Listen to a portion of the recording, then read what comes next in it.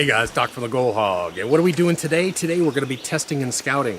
Last week we were out here dredging and we spent a huge amount of time just on this one spot, open up this one hole. So today what I'm going to do is I'm going to show you how to test lots of area, do good sampling, and do it in a short time and be real mobile with it. Today what we're going to be doing is we're going to be running the HogPan and we're going to be running the Multi Sluice. Those two paired together make for some really good testing. I mean really good testing. So you can see behind me, I've got this long creek up behind me. Now this is the northern part of this property we're on. And I know for a fact that the northern part of this property actually has some decent gold on it. So what we're going to do is I'm going to have my guys go up and test these inside bends. Last week we were working virgin corners and outside erosion corners. This week we're going to be testing inside bends. And what I'm going to have them do is I'm going to show you guys how to concentrate. You know, usually you're taking a pan sample. You're taking a pan sample and pan sample. What we're going to do is we're going to take 5 to 10 gallon samples at every spot. And we're going to do it quickly. I'm going to show you how. We're going to do it using the HogPan, concentrating it down real quick, then taking it right over to the Multi Sluice, run it through, and be done. It literally is just 10 minutes per corner is what we're going to be doing. So I'm going to show you that. Now, why am I doing this? I'm doing this because Georgia doesn't have a lot of fine gold. It's not like California, Montana, Canada, all these different places that have these huge water systems going through it. We have small creeks, which means we don't have that crushing and grinding action, which means that we don't have a lot of small gold. Yes, we'll find some small gold in a few different areas where we have like big hydraulic, but here for the most part, you can go up and take a pan. Now in Georgia, this is funny, because in Georgia, if you go up and take a pan, nothing, pan, nothing, pan, nothing, pan, one color. That people will say, oh, I'm not going to work that area. But those areas I've worked and I've come up with, once I get down to bedrock, I come up with a really good gold.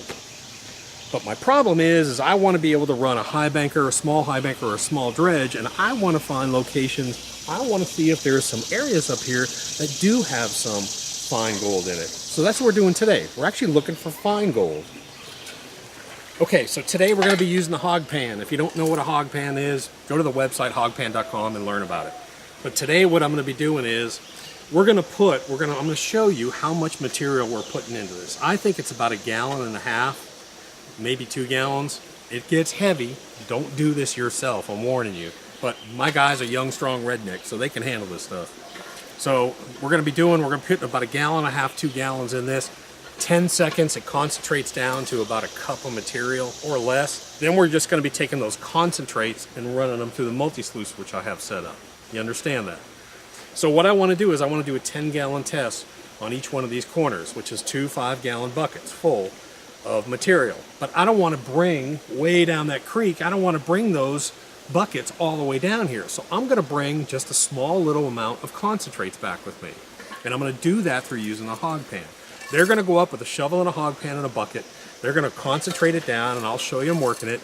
Then they're going to bring that back, and I'm going to run it through real quick through the Multi Sluice. It'll take me 3 minutes to run it through the Multi Sluice, and I'll be able to check for the gold. That's what we're doing today. That's the plan. Let's see how it works out. So the first thing I'm going to do is I'm going to show you how much material we're actually putting into this pan and how many pans equal a 5-gallon bucket. That's a good test. I haven't done that yet, so let's go ahead and do that for sure. All right, so to establish this test, one of the parameters I need to get for it is how much material does a HogPan hold for what this person can handle on it. So what we're going to do is we're going to fill up the HogPan to where he's comfortable working it. Then we're going to dump it into a 5-gallon bucket. We're going to see how many HogPans, based on that rate, it takes to fill up a 5-gallon bucket. All right, Brandon, so go ahead, fill up a HogPan where you feel comfortable working it.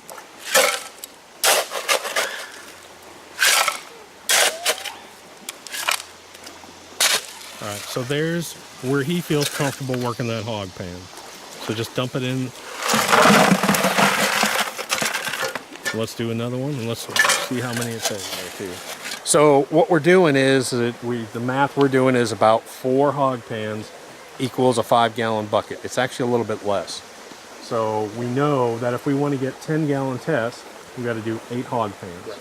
So they need to fill and run 8 HogPans. So one guy's going to be digging, the other guy's going to be washing, and then they're going to bring me back the concentrates. And I'll show you the amount of concentrates that we actually get after that 10 gallons. All right, guys, so here's the multi-sluice setup. Today what I'm going to do is I'm running it with the 1100 GPH pump with the restrictor inside of it, and I'm running it just with the washer mat because all I want to know is how much fine gold we got out here. So they're going to bring it back, they're going to go up the creek, they're going to start digging, and we'll show you it running. All right, Trey, so we're going to start, we might as well work this pile while we're here, and then we'll move up the creek. So go ahead, he's going to fill up Brandon's HogPan. That's good. Remember, you dump out the side with the hole on it. So what I want him to do is I want him to go back and forth, spin, back and forth, spin. And what I want you to do, all right, stop there for a minute. What I want him to do is I really want him to get used to the fact of not holding it tight. If you're holding it tight, it's not going to work right. You hold it very loose. Here, let me grab it for a minute. All right, so when you use the HogPan, you just let it sink. And you just barely hold it with your fingertips. And what you're going to do is you're going to go back and forth, just barely holding it. Give it a little spin, back and forth, a little spin, and then you're done. Now what you're going to do is you look for the side with the hole, and you just sort of let it hang in the water. Just let it hang in the water. Gently just let that wash out. And I'm kind of watching to make sure I don't have a bunch of black sand go through here. And now what I'm going to end up with is I'm going to end up with about a cup of material or so in here. Now I turn it the other way and I wash it out into my bucket. One thing I'm trying to get across to Brandon is real light fingers, back and forth, spin, spin, spin, back and forth, spin, spin, spin. Everything's at the bottom at that point. Stop. 10 seconds. So now all I have to do is put it in my bucket, throw some water in it, and I'm done. So now I've got my sample in my bucket. Now I can get another one. So the key aspect to the HogPan is really for river gravels. It's not made for sands. It's made for river gravels. What you're going to do is you're going to take 1.5 gallons of material and you're going to reduce it down to about a cup, literally in about 10 seconds or so. I'm trying to get him to be more violent with it, more violent, back and forth, spin, spin, spin, back and forth, spin, spin, spin. We're starting here, right here, and then what we're going to do is I'm going to send them up the creek. And we're going to hit these inside bends going up there. Any place we see cobbles, any place we see inside bends, I want them tested.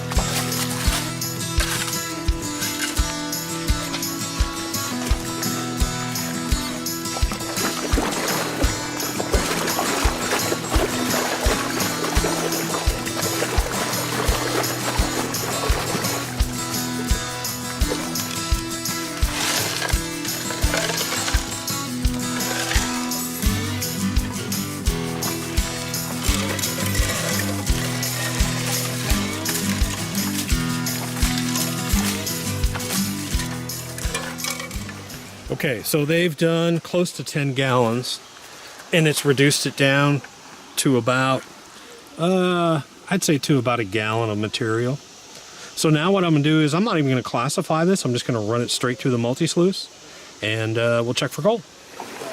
All right, so I'm sending the ladies up the creek. They're gonna go, and what they're gonna do is they're gonna start to work some of these points up here. Now, while they're working these points, I've got my little check station set up here. And I'm gonna run this and I'll run the material. Say bye-bye, ladies, they're going up. Now, if there's an alligator in the creek, I will probably lose one of them and it'll be the slower of the two. So while they're up there getting eaten by wild creatures, let's run the multi-sluice. All right, so I've got the multi-sluice set up at 13 degrees with the insert inside of it, running the washer mat only.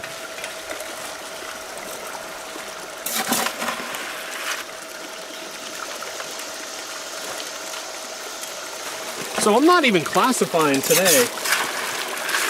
Because I've got enough proportional force, you're going to see the rocks actually go through here.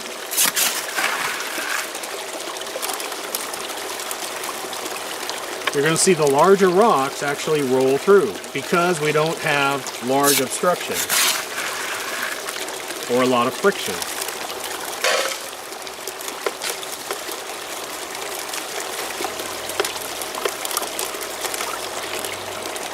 The larger rocks move through.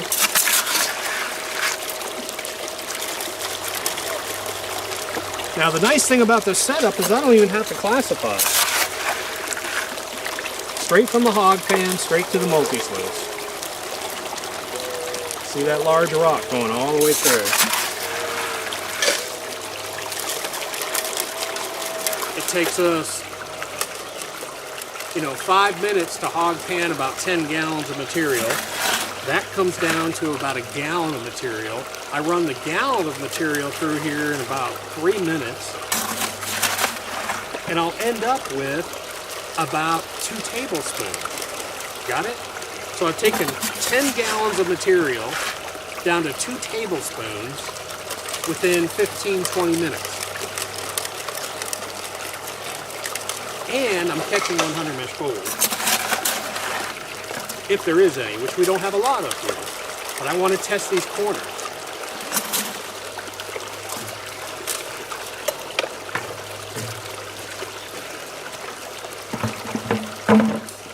There, about 3 minutes, run it all through, shut it off, I'll put it into a pan, pull the mat, throw it into a pan it real quick, and I've got my sample.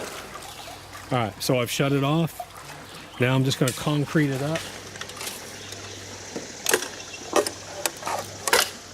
Concrete up my mat. I'm going to pull my mat and throw it into a pan real quick. Hey guys, so I'm just going to pull my mat real quick. Release the tension. Pull my mat. Put it in the bucket.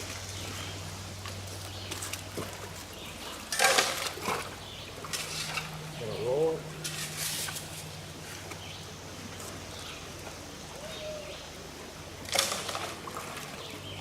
Gonna rinse it. Roll it the other way.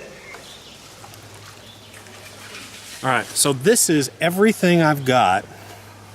That is everything from 10 gallons of material. I've got 1 tablespoon left. So now I could just take that out of the field with me, or I can test it here. I'm gonna pan it here. I really don't even have to pan this, I can just tap it, but I'm gonna get rid of some of the lights. Just very gently get rid of some of those lights.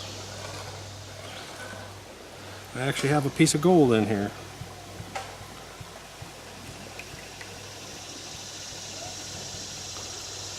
Couple pieces of gold. Wow. That's kind of shocking there.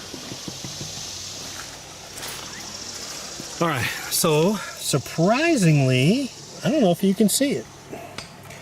There's 1, 2, 3 larger pieces, and then there's probably about 10 to 20 fines in there.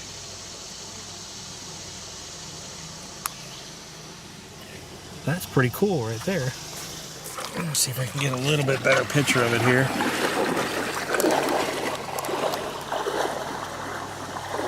One, two, three, and then there's fines up in here that you can't even see.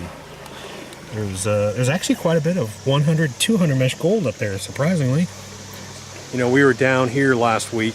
We were down here working this corner over here on a dredge, and I mean, we spent 4 hours opening up a hole. Well, that was great. We really enjoyed ourselves. We had fun. We were doing some testing. But if I want to get accurate testing, if I want to test an entire creek in a whole day, this is what I'm going to do. I'm going to take my HogPan out. I'm going to do a 10-gallon sample per corner, run it to the Multi Sluice. Whatever comes out of the Multi Sluice, I can put into a baggie if I want, mark where it was, coordinate that with a map. Then go ahead and actually work it either here in the field, test it, or go home and log that on a map. Now I know. See, I've got people down here working, but I know them. We're doing sampling. Last week we were down in that corner over there. This week we just took a sample from right here. Now we're going up, and as we go up this creek, I've got them going up, and wherever they find cobbles, They hit this corner, now they're on this corner. So they brought me a bucket. Where's that bucket? So here's a bucket of material, and it's all ready to run. I just run it through the Multi Sluice real quick. Okay, and don't forget, while I'm running the Multi Sluice here, they are up there digging. So they're up digging and working the HogPan way up there. They're bringing me back a bucket just full of maybe a gallon or two of material. I take this 1 to 2 gallons of material, run it through my Multi Sluice real quick, and I have my sampling. All right, I just finished running that second bucket of dirt. I'm gonna shut her off and we'll test her out. That's the hard pack is what it is. So really what we're doing is we're talking about, they're coming back. He just brought me another bucket. The bucket I just ran was from this first corner over here. Now they're back up. They went over to the left side of the creek and went over there. And now they're gonna work. You can see him way up on that next corner. So I may have to walk up there and take a look at it, but let me show you this pan real quick. As you can see, hopefully, there's about 30 colors of 100 to 200 mesh gold in there. But there's probably about, I would say there's about 30 colors in here, and they're all 100 to 200 mesh gold. And that's kind of what happens. It's funny because that's kind of what happens whenever we start to see that gray material. When we start to see that gray material, that means we're getting closer and closer to white quartz and white quartz. When we see that really white quartz, we get into really fine gold. Okay, so what's interesting I'm seeing about this material, the last run I did looked really gray. This looks really orange. This looks more mineralized. But that last run I did looked really gray, which is typically we go to bearing sort of fine gold corner. Again, proportional force.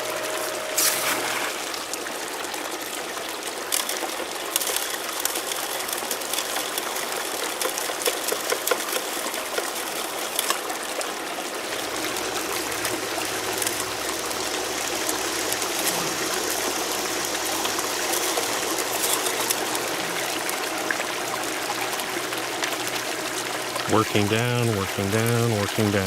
Filling up, filling up, filling up, filling up. Working down, working down, working down, working down, working down. And you can see all the particles dancing in there. Whew. Okay, test hole number 3. Test hole number 3. I'm a genius. All right, so I want you to look at test hole number 3. Now, here's something that we talked about with the guys. We're starting to see in this tons of gems, amethyst, garnets, everything in here. And then when I come up here, I don't know if you can see it or not, it looks fine, but it's actually kind of chunky gold. There's about 40 colors up in here. And I'm starting to see coarse, chunkier gold. Let's talk about this northern part of the creek. Test hole number 1 was really gray looking material, and even Brandon said that. We know this gray material, the gold always turns really fine when we see that gray material. Went over to the other side of the creek, it looks irony, that orange iron color, mineralized almost. And we went over there, we started seeing lots of gemstones, and we started seeing coarser gold and more gold. That's actually a pretty good pan. Now that's a 10-gallon sample right there. We can move a lot of material with a dredge over in that corner. Then they went back over to the other side of the creek now, and now we're on that other corner. They said it looked pretty good. But again, we test. This is what we're doing today. We're not spending a whole day sitting on one hole. We're spending an hour or two, test, test, test. Pop, pop, pop, pop. I have extremely accurate results. I know what's going on in this creek before I spend a whole day sitting on my equipment. Great way to test it. Hey guys, so for the last run, what I thought I'd do is I figured I'd set this up in a different mode for you, the Multi Sluice, and I'm going to set it up in what I call the field run mode. Let me show you how I do this. So what I've got is I've got a 2000 GPH pump with a long hose. That's about 10 feet of hose on there. Got my battery hooked up. I've got my number 1 mat in this time. And it's running up here, and I'm running 2000 GPH minus the lift factor. So I'm probably at about 1500, 1600 GPH. And what this is typically what you'll do is it almost becomes like a mini high banker at this point. So we have not classified this material. So Trey, put a scoop in.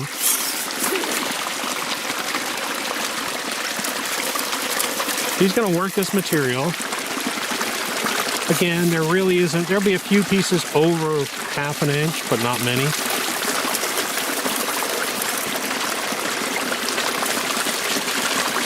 And essentially what we have here now is we have sort of a mini high banker set up. It's a great way to sort of process material with a lightweight piece of equipment. Again, this stuff is, there's 1/2 inch, probably, I guess you could call it sort of 1/4 to 1/2 inch classification. But you can see that all the larger rocks are working through and the material is processing down. And so one thing I wanted to show you is I did want to try and get some of this material processing. So stop for a minute. I think it's kind of dark in there, it's showing.